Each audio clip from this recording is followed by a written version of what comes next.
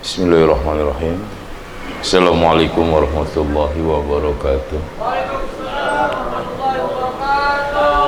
Alhamdulillah, alhamdulillahi rabbil alamin. Wa bihi nasta'inu ala umuri dunya waddin. Salatu wassalamu ala asrafil anbiya'i wal mursalin sayyidina wa habibina wa syafi'ina wa maulana Muhammadin alladzina hum safat nufusuhum wa tabat qulubuhum wa kanu hum sadatal mansyurina. Allahumma salli ala sayyidina wa habibina wa syafi'ina wa maulana Muhammadin wa ala alihi wa sahbihi wa barik wa sallim ajma'in wa ba'du. Qala ta'ala fil Qur'anil Karim, a'udzu billahi minasyaitonir rajim. Bismillahirrahmanirrahim. Innallaha wa malaikatahu yusholluna 'alan nabi ya ayyuhalladzina amanu shallu 'alaihi wa sallimu taslima. Shadaqallahul 'aliyyul 'azim. Saya muliakan, saya hormati para alimul ulama, para asyatidah, ustadian yang mudah-mudahan Allah berikan kesehatan. Tidak yang lainnya yang tidak bisa disebutkan, namun insyaallah tidak mengurangi rasa hormat dan ta'zim saya. Agar hidup manfaat, rindu surga lewat ibadah, mencari berkah yang kuasa. Sahabat-sahabat perindu surga yang mudah-mudahan pada malam hari ini Allah berikan kita pengguguran dosa dari majlis yang kita duduki hari ini, dan insya Allah pula kita termasuk orang-orang yang ditetapkan keimanan dan ketakwaannya, sehingga insya Allah mati kita semua dalam keadaan husnul khatimah ya Rabbal. Hadirin jamaah yang dimuliakan Allah Subhanahu wa taala, tidak berhenti-hentinya, tidak berkurang-kurangnya kita membahas kenikmatan menjadi umat Nabi Allah Muhammad sallallahu alaihi wasallam. Satu waktu seseorang Yahudi, penulis Yahudi yang bernama Michael Hart, dengan judul bukunya 100 Ranking of the Most Influential People in History, or the Best Men in History. Ada 100 orang yang menurut catatan beliau terbaik. Ada 100 orang yang menurut catatan Michael Hart ini orang yang terdahsyat. Dan di ranking pertama itu Nabiullah Muhammad SAW. Padahal beliau seorang Yahudi, tapi mencatat bahwa orang yang 100 orang yang terbaik itu yang pertama adalah Nabiullah Muhammad SAW. Cuman 23 tahun berdakwah, tapi Islam terkenal seluruh penjuru dunia. Bahkan Indonesia, alhamdulillah hari ini sebagai Islam yang terbesar dan insya Allah yang terbaik juga, terapih juga. Nah, ini sekelas Michael Hart, karena beliau adalah seorang peneliti tentang peradaban dan kemajuan, sehingga berani menulis seperti itu, karena dasarnya memang bukti nyata perjuangan Rasulullah ini luar biasa. Nabi Nuh alaihissalam ini dakwahnya bukan cuma 23 tahun, tapi Nabi Nuh alaihissalam berdakwah 950 tahun. 950 tahun dakwah Nabi Nuh itu cuma dapat 80 orang. Bisa dibayangin, Bang. Kalau lu umurnya 950 tahun, kira-kira kulitnya kendornya kayak apa itu? Kira-kira ya kan? Tapi umat Nabi Muhammad, nah ya udah ngikutin nabinya lah, nggak jauh-jauh. Nabi itu 63, nah kita juga nggak jauh-jauh kan begitu. Adapun yang lewat ini namanya bonus dari Allah. Allah namanya kasih panjang umur dalam kebaikan. Makanya kita doa sama Allah itu minta panjang umurnya dalam kebaikan, bukan cuma urusan dunia. Jadi Allah, kalau misalnya saya masih mampu berbuat baik dan sering berbuat baik, panjangkan umur saya dalam kebaikan. Tapi kalau suatu saat umur saya ini malah bikin mudarat, nggak baik dan lain sebagainya, ya sudahlah ya Allah, urusan kau, boleh ya, tapi kita kan nggak boleh minta doa minta mati, tapi matikan kami dalam keadaan husnul khatimah. 950 tahun Nabi Nuh berdakwah, 80 orang, dan itu pun masih mengolok-olok nabinya, masih mencaci maki, sehingga titik kesabaran Nabi Nuh pun pudar. Minta sama Allah. Ini ribet banget umat begini. Udah 950 tahun saya kasih pelajaran kok nggak ada yang nyentuh hidayah, ada cuma 80 orang ya Allah. Ya sudahlah, terserah Engkau ya Allah. Maka Allah kirim banjir bandang, habis umat Nabi Nuh. Sisa yang naik di perahunya itu. Nabi Hud pun begitu umatnya. Didakwahi, diberikan pengajaran, tapi tetap mengolok-olok nabinya. Maka Allah hembuskan angin, bunyi yang menghancurkan mereka. Nabi Lut pun sama begitu. Ketika berdakwah tentang kebaikan, malah mereka keterbalikan, melakukan sesuatu yang dilarang oleh agama. Udah kasih perempuan, senangnya laki-laki. Ya. Akhirnya Allah pun marah, digulung habis umat Nabi Lut. Kaum Nabi Soleh pun begitu. Sudah jelas di matanya mukjizat, sapi betina itu keluar dari batu. Malah sapinya dipotong. Geblek umat itu. Akhirnya Allah pun marah permintaan nabinya, maka digulung habis umat Nabi Soleh. Kaum Nabi Musa pun begitu. Fir'aun, setan aja bingung sama Fir'aun. Ya, setan aja bingung. Gua setan itu dia bilang, kata setan nih ngomong sama iblis, ngomong sama Fir'aun. Lu mah keterlaluan orangnya Gua aja iblis kagak berani ngaku Tuhan. Lu bisa ngaku Tuhan. Gila lu gitu. Fir'aun tuh mengaku Tuhan. Akhirnya digulung di Laut Merah. Bahkan kaum Saba zaman Nabi Musa, saking gilanya mencari rezeki, lupa sama Allah, bahkan lupa dengan hari yang terbaik, harusnya hari Sabtu untuk ibadah, mereka keluar mencari ikan. Maka Allah pun marah, dikutuklah menjadi seekor kera. Kaum Saba, kaum Madian pun sama gitu loh. Nah, umat-umat Nabi terdahulu itu diberikan sama Allah ujian, bahkan ajab yang sangat luar biasa. Tapi pun ada andil dari para nabinya, karena mereka pun setuju umatnya diajar karena saking bandelnya. Tapi enaknya jadi umat Nabiullah Muhammad, sama intimidasi terhadap Nabiullah Muhammad pun dahsyat. Nabi dikejar pengen dibunuh, pamannya pengen ngebunuh, lagi di Taif ditimpain, diolok-olok, caci maki. Bahkan Nabi setiap keluar rumah ditimpain kotoran, nyuapin Yahudi buta, dimaki-maki, dihina. Super sabar Nabi. Bahkan yang greget bukan sahabatnya, yang greget Jibril. Jibril udah greget aja, giginya udah gemeretak aja tuh. Turun nawarin Nabi, ya Rasul, saya hancurkan umatmu hari ini, ngelunjak banget ini. Apa kata Nabi? Jangan, Bril, jangan. Jangan kau hancurkan umatku hari ini juga bukan urusanmu. Hidayah urusan Allah. Biarkan suatu saat mereka mendapatkan hidayah. Makanya umat Nabi Muhammad mah enteng-enteng aja nih. Umat Nabi Lut homoseksual, umat Nabi Muhammad banyak nggak? Cerita yang pesan kemarin yang keluar tuh, yang SMP alay itu, harusnya mau digulung dunia tuh, tapi tetap dipertahankan karena umat Nabi Muhammad loh. Yang mengolok-olok Nabi banyak nggak kita? Banyakan kita loh. Dicaci, dimaki, dihina. Berapa kali di YouTube, di Facebook itu orang hina Nabi kayak apa tahu. Kenapa nggak dihancurkan seperti kaum Ad, kaum Madian, kaum Nabi Soleh? Karena Nabi kita Nabi Muhammad ditangguhkan supaya mereka tetap mendapatkan hidayah. Yang mengintimidasi nabinya, wah zaman sekarang dahsyat ya. Kitab sucinya dihancur-hancurin zaman sekarang, dihina habis-habisan. Tapi belum Allah guncangkan dunia ini, nunggu nanti hari pembalasan. Kenapa? Karena kita umat Nabiullah yang terakhir, yang insya Allah kalaupun kita umat terakhir, kita yang diizinin masuk surga duluan bang. Kalau kagak nyangkut di neraka, kan gitu. Masih juga duluan kita ini, dahsyatullah kan gitu. Bahkan satu waktu pernah nih ada orang masuk neraka. Kemudian Nabiullah, ini hikayat, Nabiullah mencari, nanya sama malaikat, kenapa dia sampai masuk ke dalam api neraka? Kata malaikat, yang gak usah ditanya lagi baginda, karena memang dosanya banyak. Ketika ditimbang amalan kebaikannya itu lebih sedikit dibandingkan amal keburukannya. Jadi timbangan amal keburukannya lebih banyak dan pun masuk neraka. Sebab orang ketika ditimbang sebesar biji sawi pun, biji zahra, kebaikan kita lebih berat dibandingkan keburukan surga kita. Sebesar biji zahra ke keburukan neraka kita. Lalu bagaimana yang imbang nih, buruk enggak baiknya? Itu namanya ada di surah Al-A'raf tuh. Kita di tengah-tengah tembok antara neraka dan surga. Ini yang timbangan amalnya sama nih, yang buruknya sama ininya sama nih. Lu habis sholat ngomongin orang, hilang lagi impas itu ya kan? Sama timbangannya, ada di surah Al-A'raf di tengah-tengah nih. Ketika dia melihat neraka nangis dia.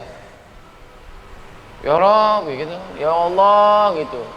Jangan masukkan aku bersama orang-orang yang zalim itu ketika ngeliat neraka. Tapi ketika ngeliat surga dia, ya Rob, wah senangnya bukan main. Bahkan disambut orang surga, ahlal jannah, weh orang-orang surga selamat ya. Cuman kan mereka nggak ngelihat. Ini di Surah Al-A'raf nih. Tapi masih mending lah dibandingkan kita masuk neraka. Karena ujung-ujungnya nanti masuk ke dalam surganya Allah Subhanahu wa Ta'ala setelah lama penantian. Nah, ketika orang itu, nah Rasul nanya, ini kenapa? Ditimbang. Ketika ditimbang betul, memang buruknya lebih banyak dibanding baiknya. Berarti neraka dong. Tapi tiba-tiba Rasul memberikan sesuatu kepada yang kebaikannya, seperti cahaya. Tiba-tiba drastis. Ini yang baiknya lebih tinggi, yang buruknya lebih rendah. Sampai yang diberikan seperti itu nanya, ya Rasul, apa yang kau taruh? Siapa engkau? Ana Muhammad, saya Muhammad. Ya Rasulullah, apa yang kau taruh sehingga kebaikan luku sekarang lebih baik daripada keburukanku? Apa? Karena selawat yang engkau baca ikut tetap tersimpan jadi syafaat. Selawat yang dibaca. Sampai dia nangis, kalau gitu mas setiap hari saya baca selawat dan asma Allah. Ini cuma beberapa kali saya baca selawat aja, itu menjadikan kebaikan sebagai syafaat. Itulah syafaat itu. Makanya kalau kita setiap malam Jumat nih selawatan begini, ini sebagai simpanan celengan kita buat suatu hari. Kalau misalnya mungkin kalau amal keburukan kita lebih banyak, Rasulullah datang dengan syafaatul uzma, maka kebaikannya lebih banyak. Jadi jangan pernah berhenti berselawat kepada Rasulullah, karena Allah udah bilang, Rasulullah tuh, siapa yang berselawat kepada Rasul, kepadaku satu kali Allah balas kebaikan 10 kali, 10 kali dibalas 100 kali, 100 kali dibalas 1000 kali. Barang siapa yang 1000 kali berselawat lillahi ta'ala dakhalal jannah. Enak begitu. Dahsyatullah ini. Ya makanya enaknya menjadi umat Nabiullah Muhammad sallallahu alaihi wasallam, karena Allah enggak kes berikan kemarahan. Enggak kes berikan kemarahan, ya. Enggak kas Allah langsung marah ketika berbuat dosa. Seandainya Anda menjadi umat Nabi Nuh, udah selesai kita dengan air bah. Karena kita banyak yang ngelunjak banget sama Nabi, betul nggak? Iya, bahkan ada orang mengatakan, oh selawat itu haram dan lain sebagainya. Udah habis kita. Seandainya kita menjadi umat Nabi Lut, waduh, kelar kita digulung. Sekarang LGBT itu minta disahkan sama negara. Laki-laki kawin sama laki-laki itu udah beberapa negara udah mengesahkan. Di Indonesia aja belum gitu. Cuman yang disahkan memang goblok banget itu. Kalau laki-laki boleh kawin sama laki-laki, berisik ya malam cuma ngadu pedang doang kan gitu ya. Iya bahasa kasar begitu kan.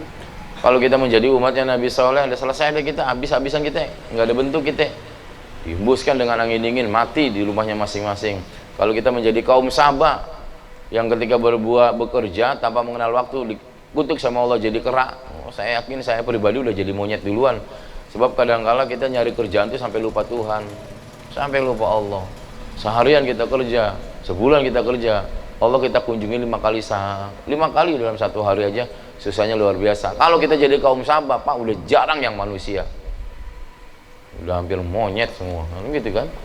Cuman kan Allah tahan tuh, karena permintaan Nabi Allah Muhammad Sallallahu Alaihi Wasallam. Inna Allah zayyana suhur bisahri Ramadan. Saya sering terangin itu. Menjadi umat Nabi Allah Muhammad Sallallahu Alaihi Wasallam pun Allah berikan padilah yang luar biasa. Kita hidup enggak seperti Nabi Nuh 950 tahun, umatnya juga sama. Sekitar segitulah hidup umatnya pun. Kita cuma 63 tahun kekuatan Nabiullah Muhammad, 70-80 lebih dah gitu. 100 Hijriah agak lupa dikit tuh ya. Tapi kita dikasih padilah itu yang dahsyatnya luar biasa. Zaina suruh bisahri Ramadan. Allah tuh ciptain buat umat Nabi Muhammad spesialis bulannya aja dikasih Ramadan, yang tidurnya ibadah, diamnya tasbih, doanya diijabah. Coba bayangin. Tidurnya yang aja kita dianggap ibadah loh. Cuman kalau yang tidur dari jam 6 sampai jam 6 tuh bukan tidur, mati suri, kalau nggak ketiban lemari yang model gitu ya. Zaina suruh bisahri Ramadan. Allah kasih padilahnya luar biasa nih buat kita nih. Kalaupun umur kita nggak seperti Nabi Yunus, Nabi Nuh dan nabi-nabi yang lainnya, nggak nyampe ratusan tahun. Tapi kita dikasih padilah yang padilahnya ratusan tahun. Padilahnya doang. Dikasih bulan Ramadan, nggak ada lagi bulan sehebat Ramadan. Semua nabi minta kagak dibagi, umat Nabi Muhammad doang dapat Ramadan. Yang diemnya lu mingkemnya aja tasbih. Yang bau mulutnya kasturi, lu bayangin, bau mulut kasturi. Jigong kita itu dihargai di bulan Ramadan. Cuman jangan cari masalah lo. Mentang-mentang jigong kita udah hargain, lu buka pakai pete, ya kan, sahur pakai jengkol, kagak sikat gigi, kelar yang begitu. Sholat jamaah tarawih yang sebelah kan pingsan kan gitu ya. Itu kan Allah hargain seperti itu tuh. Diamnya tasbih. Daripada kita ngomongin orang udah diam, dia anggap tasbih. Daripada ngomongin orang udah kita tidur, dia anggap ibadah. Dan minas samai waidahatis sabi'ah. Ada doa-doa yang diijabah oleh Allah, doa yang diijabah. Pertama, bainal azan wal iqamah, setelah azan sebelum qomat, tengah-tengahnya itu doa terbagus tuh. Jangan berhenti tuh lu minta tuh, tapi jangan minta yang mustahil. Tahu minta yang mustahil. Ini yang udah aki-akinya Allah kencengin lagi ngapa kulit saya, itu mustahil namanya kan. Udah pasrah aja karena tua itu nasihat. Kemudian fi asari sujud, di antara sujud, waktu sujud terakhir lamain. Bukan manjangin sujudnya kayak kodok kecengklak. Ini kadang-kadang orang salah sih. Suruh panjangin sudutnya, dia sudutnya kayak kodok kecengklak, nggak ganggu orang. Maksudnya panjangin sujudmu, panjangin, karena waktu sujud itu waktu yang paling terendah dan hebat untuk berdoa. Biasanya sujud. Tapi ketika jadi makmum atau sholat sendiri, jangan jadi imam lu banyak doa di sujud terakhir, kelar yang belakang parises urusannya. Mana utang mulu lagi yang ditagih gitu ya. Kemudian fi waqti syam, di saat kita berpuasa itu doa diijabah, nggak bakal mentah. Makanya ketika bulan Ramadan, minas samai wahidah atau sabiah, langit dihias, neraka katanya dikunci, setan dibelenggu. Ada yang ngomong, Ustaz, kok setan dibelenggu masih ada kaki yang ada di warteg? Nah itu kaki setan yang lepas tuh, gitu kan? Artinya siapa yang ngebelenggu? Kita. Dengan puasa itu kita ngebelenggu. Makanya orang kalau lagi nafsu-nafsunya, lagi libidonya tinggi-tinggi, kata Nabi, semua berpuasalah untuk menahan libido. Itu Masya Allah tuh. Bahkan Zainal Layal bila kalau ciptakan malam ada Lailatul Qadar, hebat lu, duduk nyandar di masjid berzikir sama Allah, dinilai ibadah 1000 bulan, 80 tahun cuma satu malam.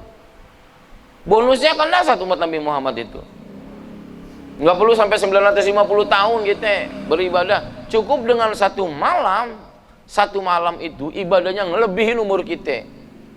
Umur Nabi Allah Muhammad 63, kita nggak jauh-jauh, tapi satu malam itu seperti ibadah 1000 bulan, 80 tahun cuma satu malam doang Lailatul Qadar. Makanya cari bang bulan depan kalau puasa lagi, sebab bulan besok kita belum tentu bisa ketemu lagi Ramadan. Kemarin kan kita kagak dapat Ramadan, yang kita pikirin baju baru mulu, kan gitu kan? Kita pikirin pulang kampung, kita pikirin THR. Lailatul Qadar mah, Lailatul Qadar akhirnya kita. Orang banyakkan di Islamik belanja bukan itikaf, betul nggak? Karena Lailatul Qadar itu hari-hari ganjil terakhir. 21, 23, 25, 27, 29. Terakhir mendekati lebaran tuh, orang lebih banyak ngisi toples apa ngisi amal ibadah? Toples sama emak, ilah kacang dari dulu nggak pernah berubah bang. Tapi kacang dulu dipikirin, Lailatul Qadar ditinggalin. Baju nggak harus lebaran, kan orang kita mau unik. Beli baju lebaran doang, miskin amat kita. Tiap hari juga tukang baju lewat itu ada yang dagang. Nggak perlu nunggu lebaran. Apa baju lebaran tuh namanya juga lebaran anak-anak Pak Ustadz. Ya suruh anak-anak aja, sampai kita ngikut-ngikutan. Orang waktunya Lailatul Qadar kita milih lepis. La ilaha illallah. Oh, lepis tiap hari juga ada yang dagang bang. Iya kan. Sepatu juga tiap hari ada yang dagang nggak? Ada. Kalau cuma dibelinya lebaran sekali ya bangkrut tukang baju, tukang sepatu. Kan begitu. Memang hari kemenangan, yang maksud dengan menang bukan baju yang baru, celana yang baru, sepatu yang baru. Yang dimaksud dengan menang, hati kita yang menang, disucikan di saat bulan Ramadan. Ditambah ibadahnya dengan Lailatul Qadar. Makanya carilah bulan besok. Ini berapa bulan lagi Ramadan, kita cari Lailatul Qadar. Sebab belum tentu tahun yang akan datang kita ketemu Ramadan. Atau belum tentu tahun ini juga kita ketemu Ramadan. Makanya minta sama Allah, sebab bulan dan malam itu dahsyat. Wa zainal ayam bi yaumil Jumat. Bahkan umat Nabi Allah Muhammad mah harinya dikasih Jumat, Pak. Dikasihnya Jumat, Bang. Nabi Muhammad, umatnya itu saking cintanya, saking sayangnya Allah kepada umat Nabi Allah Muhammad, kekasih Allah, kita dikasih Jumat harinya. Yang lain kagak. Hebatnya Jumat apa? Setiap hari Jumat tiba, ini makanya perlu kita tahu juga ini masalah bab Jumat. Nggak apa-apa kita ulang-ulang. Maksudnya supaya kita bab afatul ilmi al-nisyan, penyakit ilmu itu lupa. Ketika hari Jumat itu, malaikat diberikan depan pintu, Bang. Di depan pintu ada dua malaikat berdiri, satu bawa buku dari perak, satu bawa buku dari emas, pulpen dari emas. mencatat orang-orang yang masuk ke dalam masjid, nyatet tuh. Bang Andro masuk, Bang Sandi catat, Bang Anung catat, Ian catat. Tapi ketika khotib naik mimbar, buku ditutup. Makanya orang yang datangnya pas khotib naik mimbar kagak kebagian Jumat. Sama sekali kagak kebagian. Lu ngapain dengan sholat dohor di rumah lu? Ketika khotib naik mimbar, itu buku ditutup. Setelah sholat 2 rakaat, malaikat balik. Nah, catatan yang di dalamnya tercatat orang-orang yang salat Jumat, itu apa kata Allah? Sampaikan kabar kepada umat Nabi Muhammad, kabar gembira bahwa orang tercatat dalam bukumu orang yang terampuni dosanya. Ini kan kadang kita Jumatan, ntar belum selesai, belum sholat kita ngerokok di luar, ini percuma. Sama aja bohong kita gitu, ibadah begitu. Ya. Nah, Jumat itu ya. Jadi nanti Jumat bagaimana caranya? Sebelum khotib naik mimbar kita datang. Ada lagi praktek yang salah. Ketika hari Jumat tiba, pas khotib naik mimbar, semua kegiatan berhenti karena khotib Jumat itu lagi ngegantiin sholat.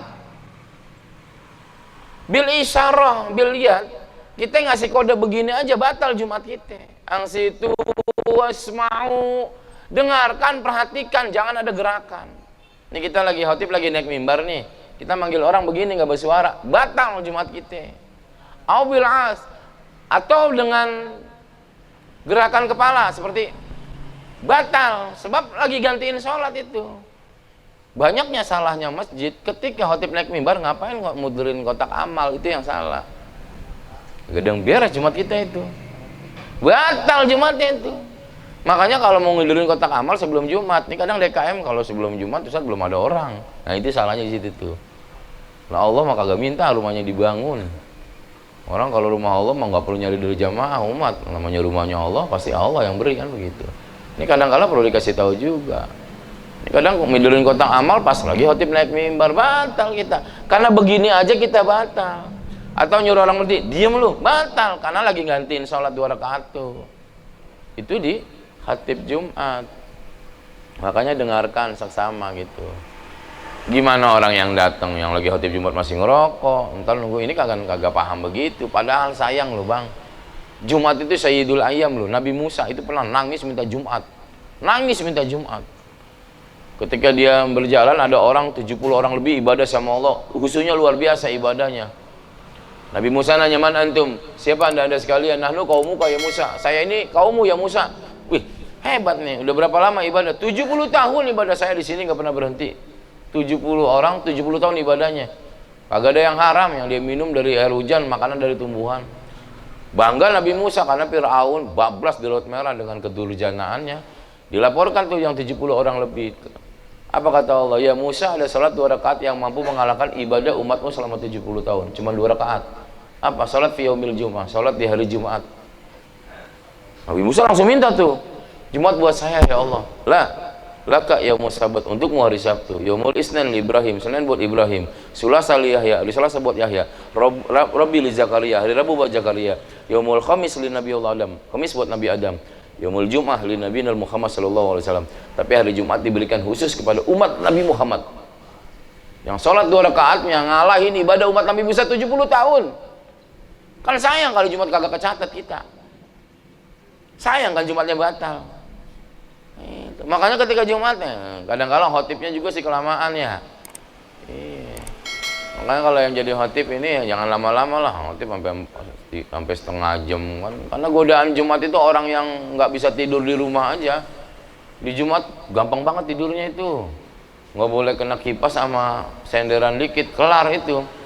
Orang ngomong, iya kan, saya penyakitnya susah tidur Pak Ustadz. Hari Jumat lo sholat masuk lo, gampang lo tidur kalau Jumat kan begitu kan.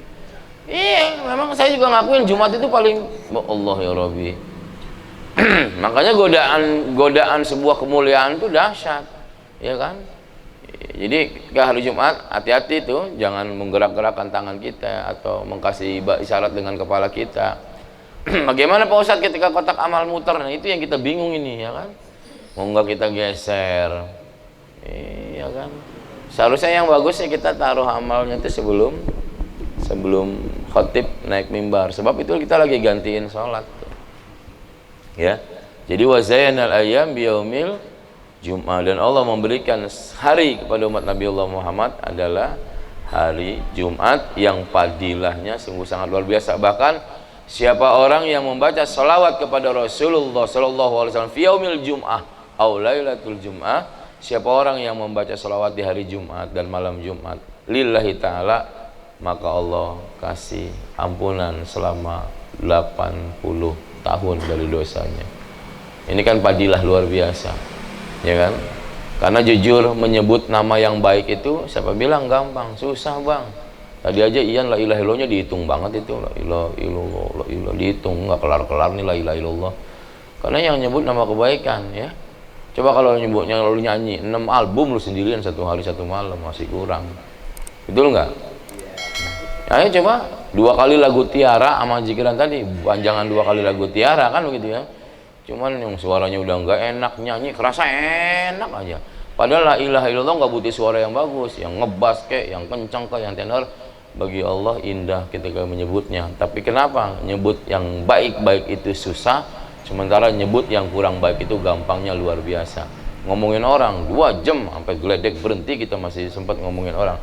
Tapi kalau nyebut asma Allah, nggak bisa lama kita, nggak bakal bisa lama nyebut asma Allah. Ntar kita tes Yan. La ilaha illallah kita antar 1000, coba masih ada yang ngaji enggak tuh, ya kan? Ya artinya ayo berlomba-lomba dalam kebaikan, jadilah umat Nabi Muhammad yang terbaik, sebab kita adalah umat yang terbaik umatnya Rasulullah. Umat nabi-nabi yang lain belum tentu mendapatkan fadilah yang luar biasa, tapi Nabiullah Muhammad SAW dikasih yang spesialis, harinya, bulannya, kitabnya, tahunnya, jamnya, dan seluruh peradaban alamnya Allah berikan kebaikan. Kalau kita sudah dikasih kebaikan, mbok ya terima kebaikan itu, sehingga kita tidak salah jalan dalam setiap jejak kehidupan. Ambil yang baik, buang yang buruk. Wallahu a'lam bishawab. Assalamualaikum warahmatullahi wabarakatuh.